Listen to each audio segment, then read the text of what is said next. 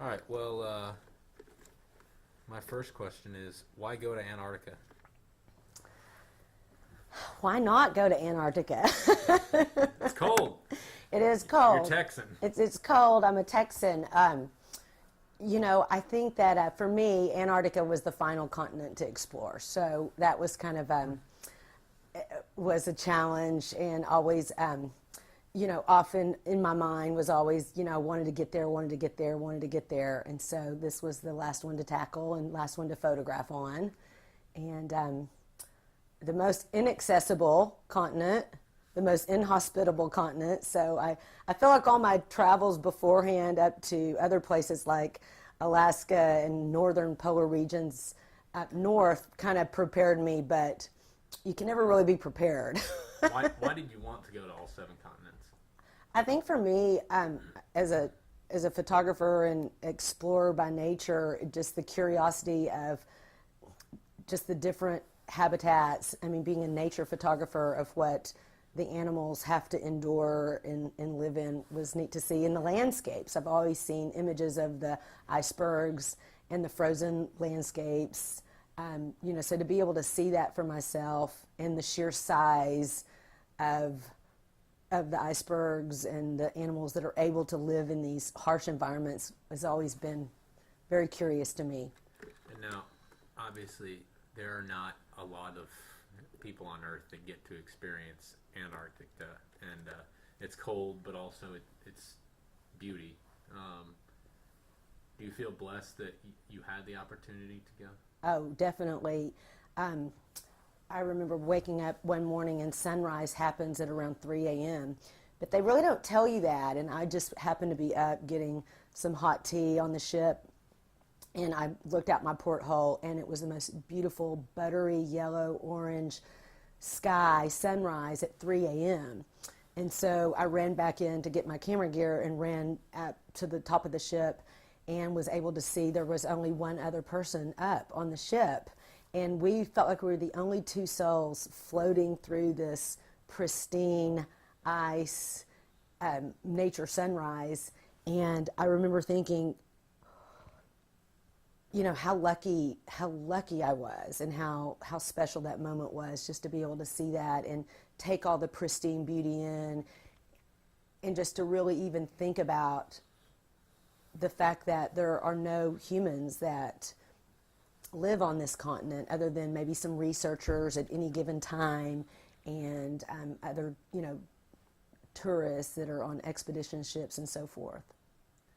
Uh, you know, what does that mean to you to be able to know that? I mean, this is something that maybe just there are 7 billion people in the world, something like that, and I mean I'm sure that maybe just a couple thousand or so have ever been able to step foot on Antarctica. The fact that that was a dream of yours and you made it happen. What is there any way to describe the feeling? I think once the day that we were able to embark and actually make the landing on the continent was really special, and it was one of those things that it didn't hit you till you're actually in your Zodiac and you're heading to set foot on the landing spot, because there's a lot of little islands, before you get to actually the continent, and we had made some of those landings, but to actually get out of the boat, set foot on it, was just a dream realized, and it had an impact on me as a sense of fulfillment, a sense of exploration, a sense of adventure, a sense of kind of wanderlust that's been satisfied. So it was sort of a feeling of a deep sense of accomplishment, and also just a feeling of triumph that we made it, because it was such a long journey and it was such a remote area to access, and the climate conditions, like you said, were quite cold, and so there's a lot of elements that came together to make it happen, and once it finally did happen, it was a definitely sense of achievement. Was it as beautiful as you expected? It surpassed any expectations. It was as beautiful and more, just with the pristine nature, the sheer size of a lot of the icebergs, and really what the frozen continent itself looked like. I mean, it was a lot of rocky beaches. At times it looked like if there was any glimpses of the land that weren't snow covered, you could have closed your eyes and felt like you were in a desert oasis in in any part of the world, but you just add snow on top of that and it changes every dynamic and every landscape. Were you ready for that much cold? I was ready for it, but not for that long amount of time. We had good gear. I had great protective outerwear, and I'll tell you what wasn't ready for it. I had some photography gear challenges that I had to kind of overcome on the trip. Most Texans run away from the cold, and here you are running to it. I know. Well, I have to say, after a long hot summer in Texas, a little bit of cool air, and I have to point out the time of year that we went to Antarctica was their summer. So the summer down there is not what we would think of. It's still lots of snow, lots of ice, lots of cold. But it's the only time of year you can access that. Are you still warming up? I am. I'm thawing out slowly. And now, you mentioned it earlier. Do you consider, you're a photographer, but do you consider yourself in a way an explorer? Definitely. I think I've always had a curiosity to explore the world around me. And, we don't have that many opportunities in Dallas to see wildlife. And there's a lot of areas that you can go to that are, maybe some sanctuary areas and things that are protected. But I think to get to the kind of wildlife that I like to see, the natural wildlife, especially in their own habitats, is what drives me to explore these remote places. Now, obviously you sell some of these and all this, but is there a bigger purpose for you to taking these photographs rather than just making a buck or something? Is there a bigger purpose to getting these out there? Sure. I think that that I have been empowered with my images to inspire others, and that is what drives me and drives a lot of my passion in what I do. To be able to see the reactions of people when they view my work. A lot of times they'll tell me, you've really brought a lot of emotion to these animals, and you've really evoked something that makes me want to go out and see it. So to me that is an ultimate compliment, because as a nature photographer, there's a lot of patience that goes in to capturing the right image, the right light, and getting the subject matter. Animals never cooperate like you want them to, so oftentimes you have to have just lots of patience to do that. And I think for me, I try to capture them in a way that is almost like taking their portrait, and to be able to show that to people, and again see their reactions, I think is what inspires me to continue my work.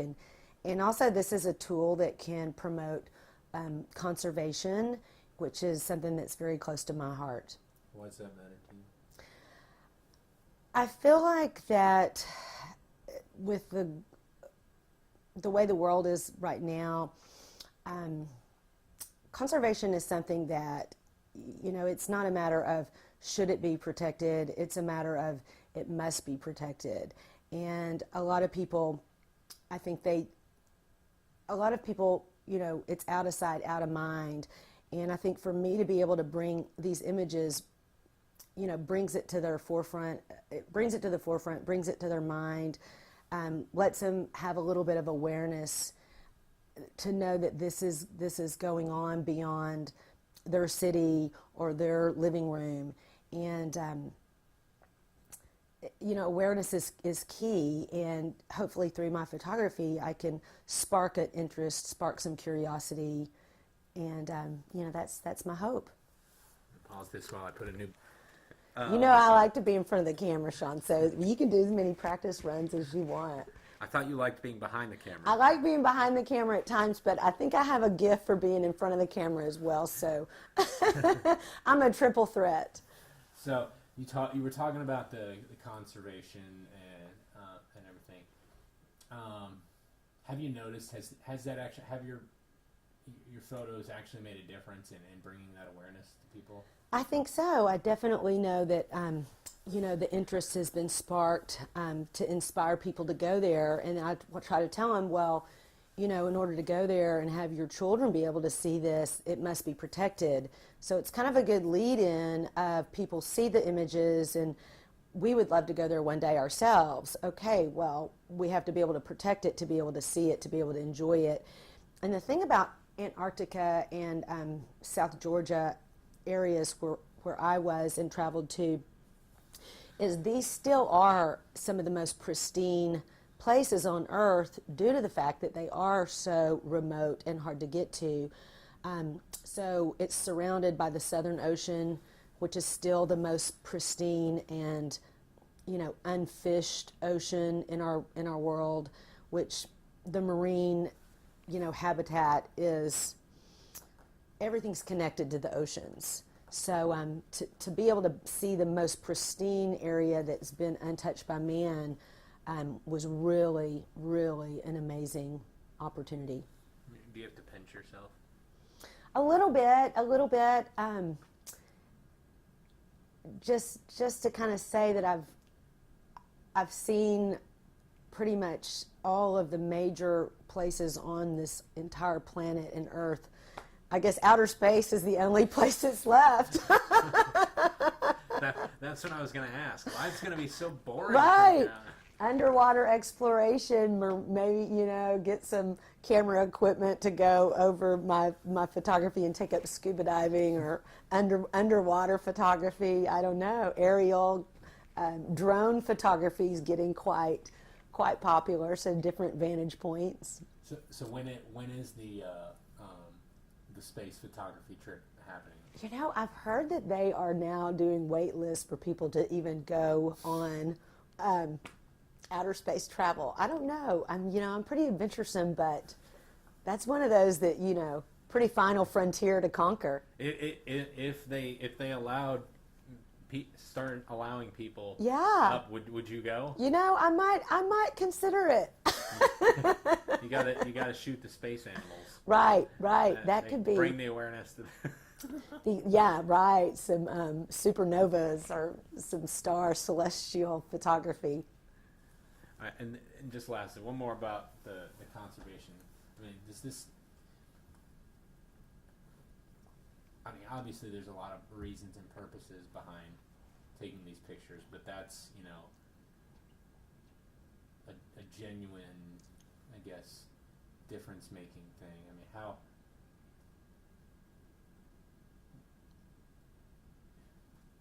Just the way you talk about it, that really does mean something to you. It really does. I am passionate about what I do, and it didn't always start out that way. I think it's evolved to me kind of being an ambassador for conservation and wildlife conservation in general. I think for me, it started off, I was a trained photographer and had a portrait studio here in Dallas and focused on a lot of, photography in other ways. And when I started getting into nature photography, my first trip was to Africa. And for me, it was always so amazing for me to see it. But then when I started seeing people's reactions, it sort of shifted my focus and purpose a little bit, just based on people's reactions and how they responded to my work, with the feedback that they would give me about how that I brought a lot of emotion to these animals, a lot of dignity to these animals. And to me, it kind of got me thinking of, if I could be a voice to help promote that conservation in a tiny way, to me, it's evolved to that at this stage of my career. And before this, you had been to 6 continents. Yes. And the only one you hadn't been to? Antarctica. save the best for last, in my opinion, and it really was heaven on earth. It was a little slice of heaven on earth, and and I like to tell people, if you're contemplating a trip to Antarctica, don't put it off.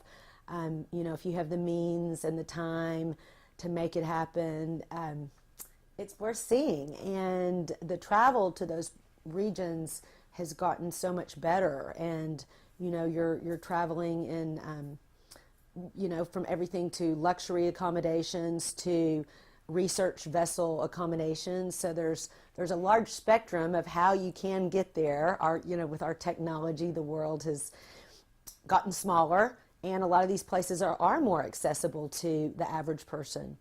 So don't, if you want to go, don't let the dream go cold.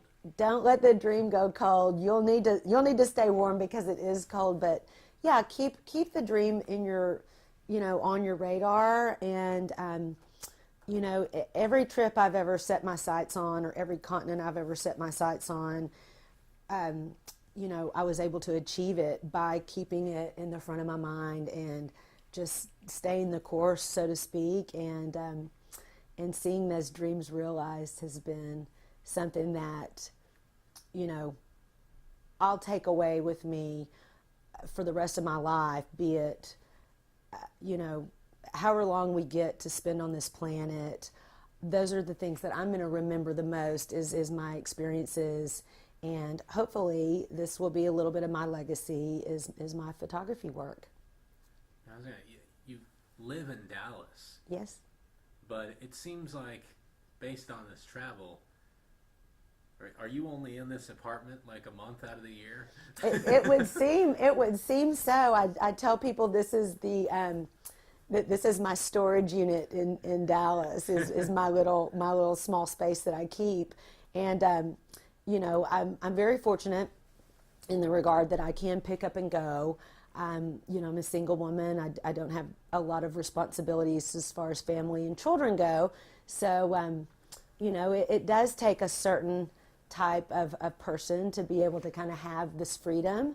And to me, I don't take that for granted at all. And yes, I feel like when we were on the ship in Antarctica that we were, I know this sounds, you know, we were more citizens of the world than defined by a zip code or a region. You know, our group had about 100 people. No, actually, our group had about 200 people from all over the world.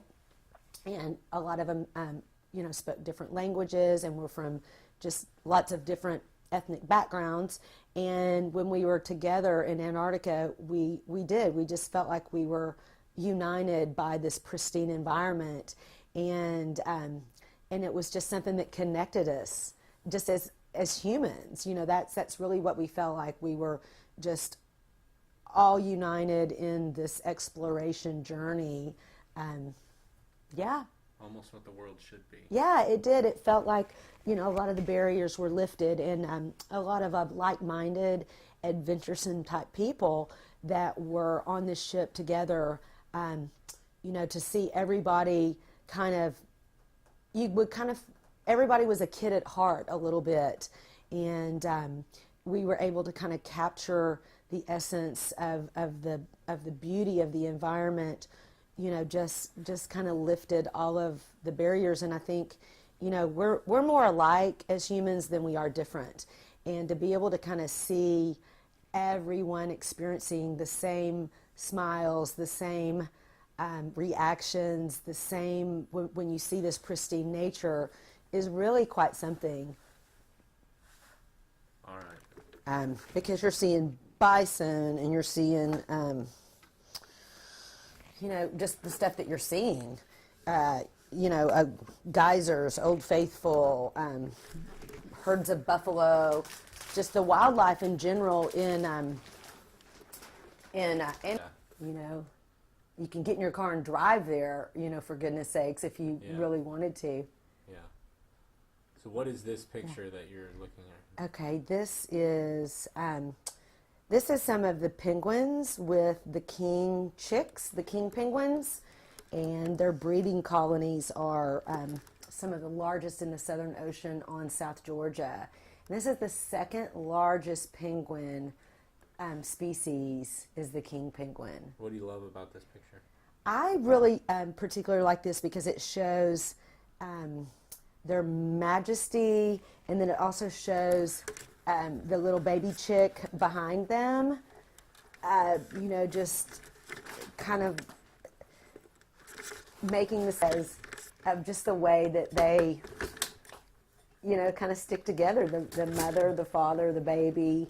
And in these extreme environments, the babies rely on for warmth, for food, for just the sheer survival of if these even eggs hatch, is dependent on if they even are left out in the cold for as little as a few seconds, they're not going to come to maturity. So to me, this one's just really neat because from a photography standpoint too, I always look at this doesn't have a distracting background. It doesn't. I can move this one. Oh, you're good. This doesn't have a distracting background. It has the beautiful blue sky, which really shows off the silhouettes of the penguins, the king penguins, and your eye just leads in to this little family unit, and the little chick is making some noises, and you can kind of it's just kind of to me, it's like that's what a teenager does. A teenager squawks, and the mom and dad are just, ah. So this is just like a fun little scene. Yeah, I'm going to go over here and you stay there, but I'm going to flip to the next one. Okay. Is that good?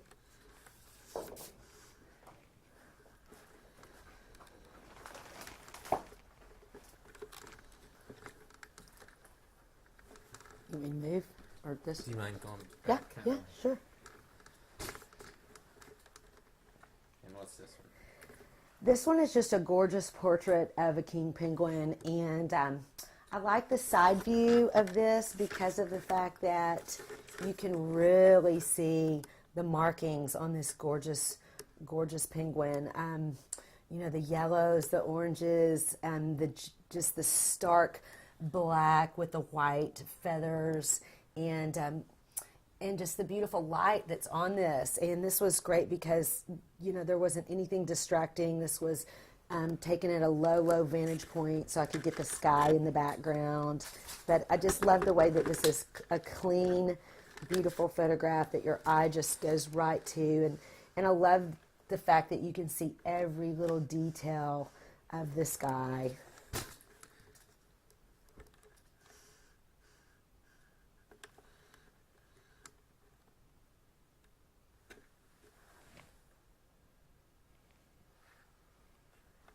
Yeah.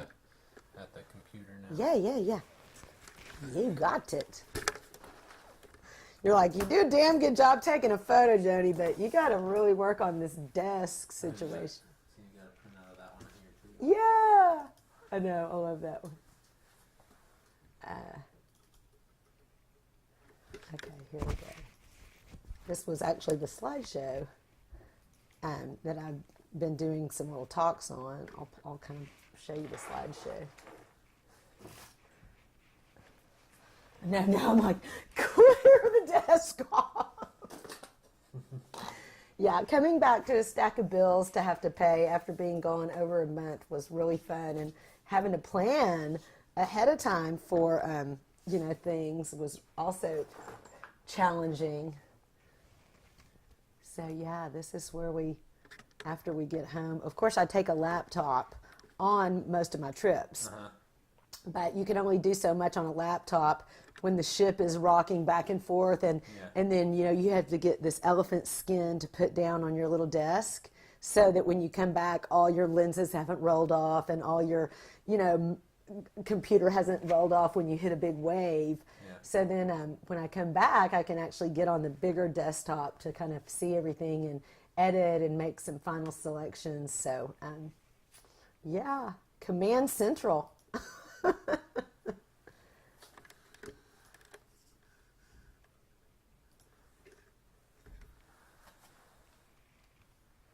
Yeah. We take American dollars, we take credit cards, and when you've been on a ship the whole time, you can't wait to get a little retail therapy, especially in South Georgia, the Falkland Islands.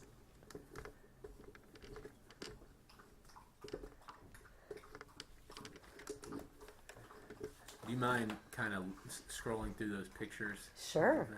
Sure. I'm just going to get a shot.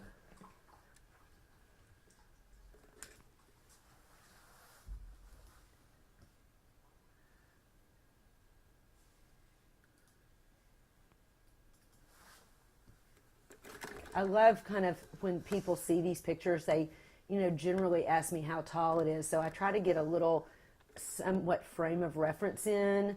I like to tell them if we were in a little zodiac or if we were standing up, we wouldn't even be this tall. So it really lets you know that if we wouldn't even be this tall, how crazy the height is on a lot of these images. And then I like to tell people, okay, I like to kind of give the lead in to people too, let them know that, okay, these guys were about to dive in, and to kind of freeze the action on some of this stuff has been, really, really neat to see. And there's really so much that goes into, the editing process to be able to have, the software to develop it, so to speak, and to kind of crop what's important, and to kind of take the photograph where you want it to go to where you can kind of tell a story. And kind of when I'm photographing, I typically try to set the shot up how I see it, finalize, like just have one star on the stage, so to speak. So if you can get a singular animal, to get a tight shot of that to where you don't have to crop anything out, that's always really, really neat to try to achieve. Another thing I try to do is to try to, if I can get close enough to get some of their eyes. I think the eyes are so expressive and show so much emotion. So depending on what the light conditions are, to be able to kind of capture, this is an elephant seal pup, to capture some emotion of, his mouth being open and the light just coming out of his eyes. And it kind of just tells a little bit of a story other than him just sitting there, and then of course the colonies of the penguins are really cool, just to see the sheer numbers, to think that all of these are pairs of breeding penguins is just something that's, hard to believe. Yeah, is this... I know you're used to taking a lot of pictures and stuff, but there are some people... my first reaction is like, oh, that's, either that, like, it doesn't look real, like a painting almost. Yeah. Do you think... I know you took the picture, so you know it's real, but right. Do you look at it sometimes and go... That doesn't look. That's crazy. If I didn't know that I took this picture and saw this in a magazine or a coffee table book, I might just not be able to absorb, the sheer numbers of them. I might, again, like you said, this doesn't look real, or it looks like a painting, or it's hard to believe this exists. But now when I see this picture, what I can't even convey to you is that how many hundreds of thousands more there were. So this is, it takes on a whole different, now that I look at this end results, it captures what I wanted to capture, but it didn't even capture. It just kept going down an entire valley. And this is a shot that'll kind of put the big picture together. So the picture you just saw, we were standing on the cliff and I was shooting down into a small section of this. But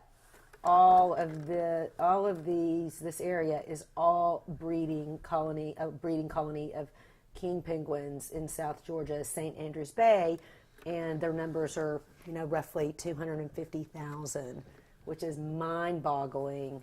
And, this is their backdrop